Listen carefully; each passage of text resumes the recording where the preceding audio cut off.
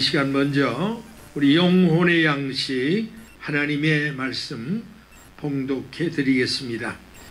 구약 성경 예레미야 46장 27절과 28절 두 절 말씀입니다. 내 종 야곱아 두려워 말라. 이스라엘아 놀라지 말라. 보라 내가 너를 원방에서 구원하며 내 자손을 포로된 땅에서 구원하리니 야곱이 돌아와서 평안히 정온히 거할 것이라. 그를 두렵게 할 자 없으리라. 나 여호와가 말하노라. 내 종 야곱아 내가 너와 함께 하나니 두려워 말라. 내가 너를 흩었던 그 열방은 다 멸할지라도 너는 아주 멸하지 아니하리라. 내가 너를 공도로 정책할 것이요 결코 무죄한 자로 여기지 아니하리라. 할렐루야. 오늘 이 온라인을 통해서 이스라엘 회복 중보기도에 동참하신 여러분들을 중심으로 환영합니다. 우리 성경 66권은 궁극적으로 예수님 한 분을 소개한 책입니다. 그리고 그 예수님의 생애 가장 중요한 5가지, 그것이 바로 성경이 말하는 복음의 핵심 내용입니다. 예수님의 성령 잉태, 그리고 예수님의 십자가 죽음, 그리고 예수님의 부활, 그리고 예수님의 승천, 그리고 나머지 예수님의 재림, 이 5가지 사건이 성경의 가장 핵심적인 내용입니다. 자, 그런데 여러분이 여기서 한 가지 꼭 알아야 될 것은 우리가 2000년 전에 이미 이 5가지 사건 중에 4가지가 성취된 것을 여러분이 알고 있습니다. 성령 잉태, 십자가 죽음, 부활, 승천, 거기까지는 이루어진 일이고 이제 장차 이루어질 유일한 전 우주적인 사건은 예수님이 재림하신다는 사건입니다. 그래서 성경 66권의 가장 확실한 예언은 예수 그리스도의 재림에 그 초점이 맞추어져 있습니다. 그런데 한 가지 여기서 꼭 알고 가야 할 것은 그 예수님의 지상 재림이 이루어지기 위해서는 반드시 전제 조건으로 이스라엘 민족이 회복돼야 된다. 그것이 성경이 우리에게 보여주는 중심 메시지입니다. 자, 그래서 그동안 저는 성경 66권 예언서에 나타난 이스라엘 회복에 대한 예언을 지금 차례대로 공부해 오고 있습니다. 그래서 오늘 이 시간에는 지난 시간에 이어서 이 예레미야서에 나타난 이스라엘 회복 예언, 예레미야서에 나타난 회복 예언으로는 그 마지막 시간이 되겠습니다. 자, 오늘의 이 본문 말씀은 역시 장차 역사 속에 그대로 실현될 이스라엘의 회복에 대한 예언의 말씀입니다. 이제 우리 한 절 한 절 나누어서 말씀을 풀어나가겠습니다. 자, 먼저 오늘 본문 예레미야 46장 27절 이 말씀을 함께 합독하겠습니다. 내 종 야곱아 두려워 말라. 이스라엘아 놀라지 말라. 보라 내가 너를 원방에서 구원하며 내 자손을 포로된 땅에서 구원하리니 야곱이 돌아와서 편안히 그리고 정온히 거할 것이라. 그를 두렵게 할 자 없으리라. 참 이 말씀을 보면 하나님이 그 이스라엘 회복에 대한 확실한 뜻이 이 말씀 속에 나타났습니다.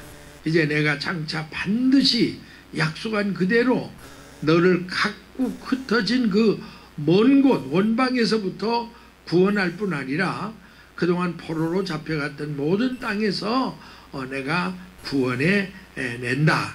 그리고 그뿐만 아니라 그들이 이스라엘에 돌아와서 하나님의 놀라운 그 은혜와 축복을 누리며 살게 될 것이다. 그것을 오늘 본문에 말씀을 하고 있습니다.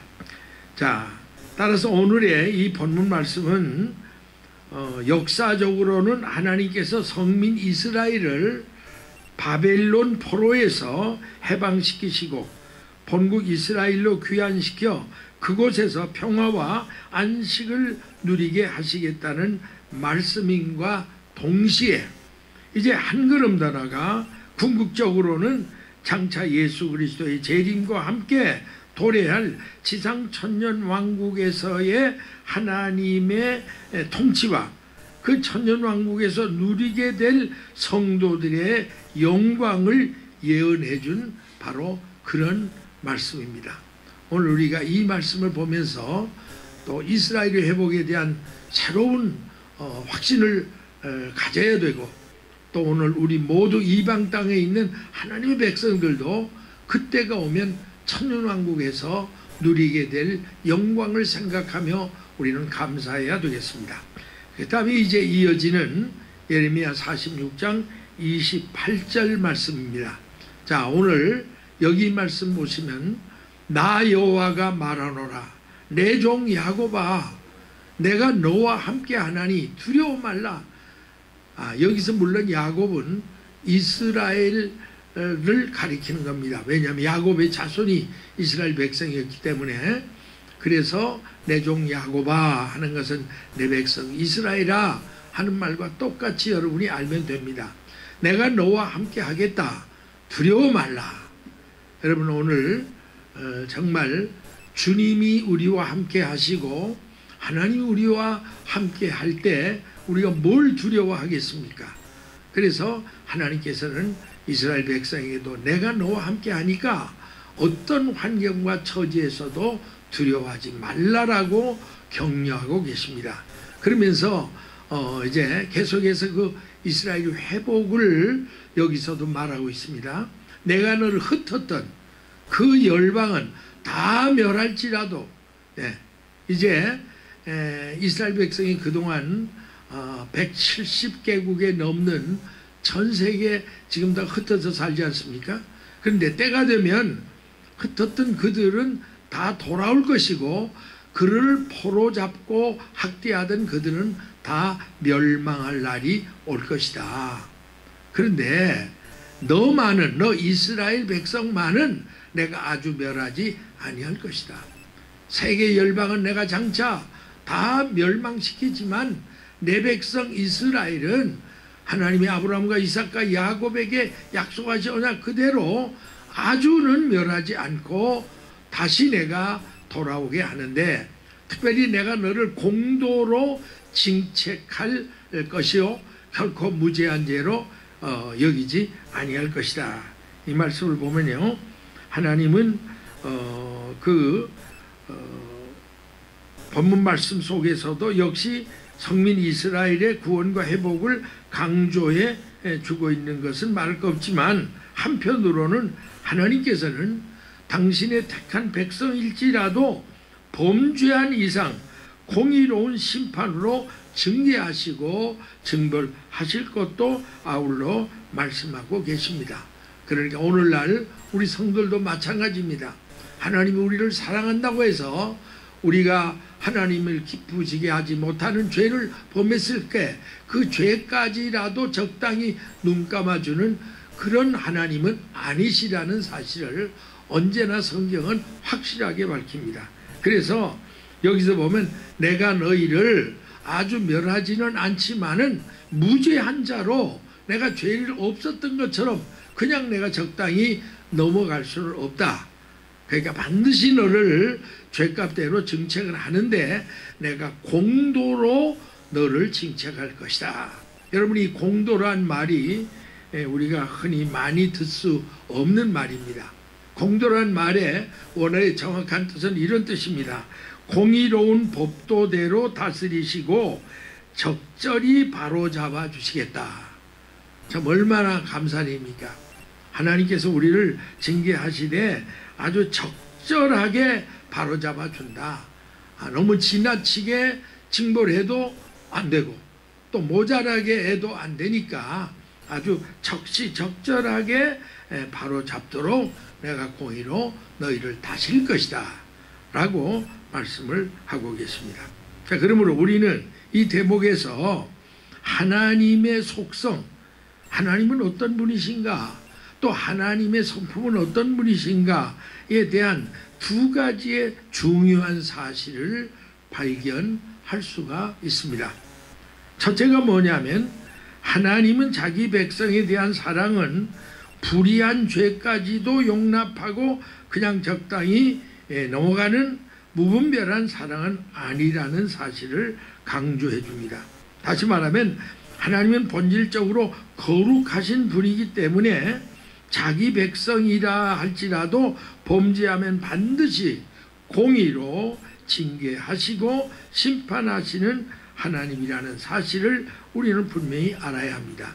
자, 그래서 히브리서 12장 5절 이하의 말씀을 보면 하나님이 우리를 징계하시는 그 징계의 성격이 어떤 것인가를 말씀할 때 특별히 아버지와 아들의 관계를 들어서 말씀을 하고 있습니다.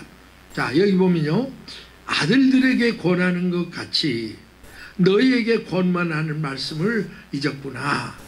그러면서 내 아들아, 주의 징계하심을 경히 여기지 말고 그에게 꾸지람을 받을 때 낙심하지 말라. 자, 분명히 하나님은 우리를 사랑하는 아들로 예우한다는 사실은 우리가 잘못할 때 반드시 적당히 넘어가지 않고 징계하는 그 자체가 우리를 아들로 예우해 주시는 사랑이라는 거예요. 그런 맥락에서 너희들이 무슨 징계를 받을 때 절대 낙심하고 실망해서는 안 된다. 왜 그러냐면 주님께서는 사랑하는 자를 징계하시고 그의 받으시는 아들마다 채찍질하는 것이 하나님의 원칙이기 때문에 그렇게 깨달아야 한다. 그러면서 계속 이렇게 말씀합니다. 너희가 참음은 징계를 받기 위함이라.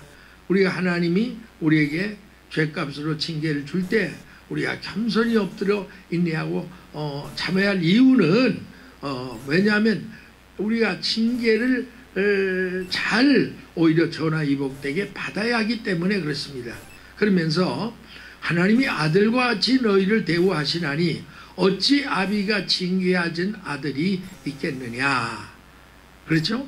그리고 징계는 다 받는 것이지만 너희에게 없으면 사생자여 참 아들이 아니니라. 여러분, 오늘 이 말씀을 들으면서 큰 위로가 되어야 합니다. 내가 잘못했을 때 하나님이 여러분을 징계를 만약 안 했다, 이건 보통 문제가 아닙니다. 왜냐하면 그거는 여러분을 참아들로 지금 예우하는 것이 아니기 때문에 그래. 그냥 버려두는 거예요. 네가 죄를 짓든 망하든 지옥 가든 I don't care. 그런 하나의 어떤 의미라는 거예요. 그러나 우리가 죄를 지을 때마다 하나님 우리를 채찍하시고 깨우치시고 징계하셔야만 우리가 내가 아버지 앞에 아들의 예우를 받고 있구나, 그걸 우리가 깨달을 수 있다는 사실입니다. 자, 그래서 하나님은 당신의 백성을 반드시 사랑하시되 잘못할 때는 징계한다. 이 첫 번째 원칙, 그게 오늘 주신 말씀이에요. 그 다음에 두 번째는 하나님은 자기 백성에 대한 징책을 이방 민족에 대한 것과는 달리 그들을 멸망케 하기 위한 게 아니라 그들을 연단하고 회개시켜 거룩한 백성으로 만드시기 위함이라. 이게 확실히 다른 겁니다. 하나님이 세상 불신자와 믿고 구원받은 우리를 어떻게 예우하느냐. 불신자도 죄를 지으면 징벌해요. 신자도 죄를 보면 징벌하는데 뭐가 다르냐면 우리는 오히려 징벌하는 게 망하게 하기 위해 하는 게 아니라 그 징벌함으로 깨닫고 회개하고 돌아와 더 귀한 하나님의 온전한 아들이 되게 하시려는데 하나님의 목적이 있다. 이것이 근본적으로 이방인과 우리 하나님의 자녀들을 대하시는 하나님의 방법의 차이점입니다. 그래서 우리 잠언 3장 11절 12절에 보면 이런 말씀이 있습니다. 자, 우리 같이 한번 합독하겠습니다. 내 아들아, 여호와의 징계를 경히 여기지 말라. 뭐예요? 가볍게 여기지 말라. 우습게 여기지 말라. 뭐 이럴 수도 있지. 그리고 지나가지 말라는 거예요. 그 꾸지람을 싫어하지 말라. 대저 여호와께서 그 사랑하시는 자를 징계하시기를 마치 아비가 그 기뻐하는 아들을 징계함 같이 하시느니라. 여러분, 오늘 이 말씀 보면서 우리도 한 가지 이 코로나 재앙 속에서도 위로가 돼야 됩니다. 이 코로나 재앙은 분명히 하나님이 내리시는 거고, 악인들에 대해서는 심판의 재앙이지만은 하나님의 자녀들에게는 사랑의 징계라는 걸 여러분이 깨달으시고 오히려 믿음으로 겸손히 받아들이고 회개하고 엎드러질 때 하나님은 오히려 이 징계를 통해서 전화위복의 축복을 주실 줄로 믿습니다. 자, 이와 같은 맥락에 볼 때 궁극적으로 하나님의 자기 백성에 대한 징계와 징벌과 그 채찍 역시 택한 백성을 향한 하나님의 또 다른 면의 사랑의 표현이다. 그걸 알아야 됩니다. 여러분, 우리가 다 부모가 됐으면 자식을 여러분이 키워보면 알잖아요. 자식이 잘할 땐 격려합니다. 그리고 칭찬도 하고 또 선물도 사주고 또 잘 먹이기도 하고 그렇게 하죠. 그런데 나쁜 친구를 사귀어 잘못한다. 그때 부모 가만히 안 있죠. 막 그때는 호통을 치고 꾸지람을 합니다. 그러나 사실은 아들에게 좋은 음식을 사주고 내가 너를 사랑한다 그렇게 따뜻히 위로하는 것도 사랑이지만 잘못할 때 호되게 꾸짖어서 바로 돌아오게 하는 것도 사랑의 한 방법이지 결코 다른 면이 아니라는 것. 그게 하나님이 우리를 대하시는 예우도 마찬가지 의미입니다. 그러므로 여기서 우리는 하나님의 공의와 사랑의 속성이 모순되지 않고 절묘한 조화를 이루어 나아가고 있다는 사실을 우리는 분명히 깨달아야 합니다. 자, 이제 마지막으로 성경 한 구절을 여러분이 드립니다. 욥기서 5장 17절부터 21절까지. 오늘 이 말씀 보세요. 볼지어다 하나님께 징계받는 자에게는 복이 있나니. 보세요. 징계 자체가 복이라 이거예요. 그런데 너는 전능자의 경책을 없인 여기지 말지대라. 하나님은 아프게 하다가도 싸매시고, 물론 우리가 징계 속에 회개하는 걸 의미하는 거예요. 징계를 그냥 받다가 그대로 강판 마음으로 있는데도 이른다는 건 아니에요. 그 징계를 받고 즉시 엎드러져 하나님의 사랑의 징계를 알고 깨닫고 회개하면 아프게 했다가도 싸맨다는 거예요. 할렐루야. 상하게 하시다가도 그 손으로 고치는데 6가지 환난에서 너를 구원하고 7가지 환난이라도 그 재앙이 내게 미치지 않게 하시며. 할렐루야. 하나님 앞에 회개하면 재앙이 아니라 이 말이에요.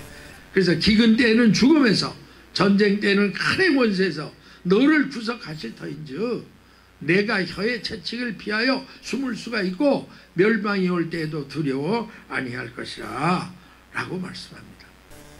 사랑하는 성도 여러분, 오늘 이 온라인을 통해서 함께 이스라엘 중보기도에 동참하고 계신 동력자 여러분, 오늘 우리는 항상 하나님의 사랑의 징계를 밝게 받고 엎드러지고 회개하고 감사하는 저와 여러분 되시기를 바랍니다. 이제 데살로니가전서 5장 16절, 17절, 18절 이제 함께 큰 소리로 읽고 마치겠습니다. 항상 기뻐하라. 쉬지 말고 기도하라. 범사에 감사하라. 이는 그리스도 예수 안에서 너희를 향하신 하나님의 뜻이니라. 할렐루야. 기도하겠습니다. 아버지 하나님, 감사합니다. 전 세계는 코로나 재앙 속에서 아우성치고 죽어가는 이 어려운 환경 속에서도 우리들은 하나님의 은혜로 이렇게 대면 기도회나 대면 예배는 드리지 못해서 너무나 안타까움과 아쉬움이 있지만은 이렇게 온라인을 통해서라도 저희들이 함께 마음을 모아서 이스라엘 회복을 위해서 중보 기도할 수 있는 복된 시간을 주셨사오니 감사합니다. 오늘 이 말씀을 시청하시는 하나님의 귀한 종들과 백성들의 하나님 놀라운 위로와 은총과 축복을 더하여 주시옵소서. 앞으로도 더 많은 사람들이 더 많은 주의 종들이, 더 많은 성도들이 이 온라인 중보 기도에 함께 동참할 수 있도록 성령 하나님 역사에 주시옵소서. 예수님의 이름으로 기도하옵나이다. 아멘.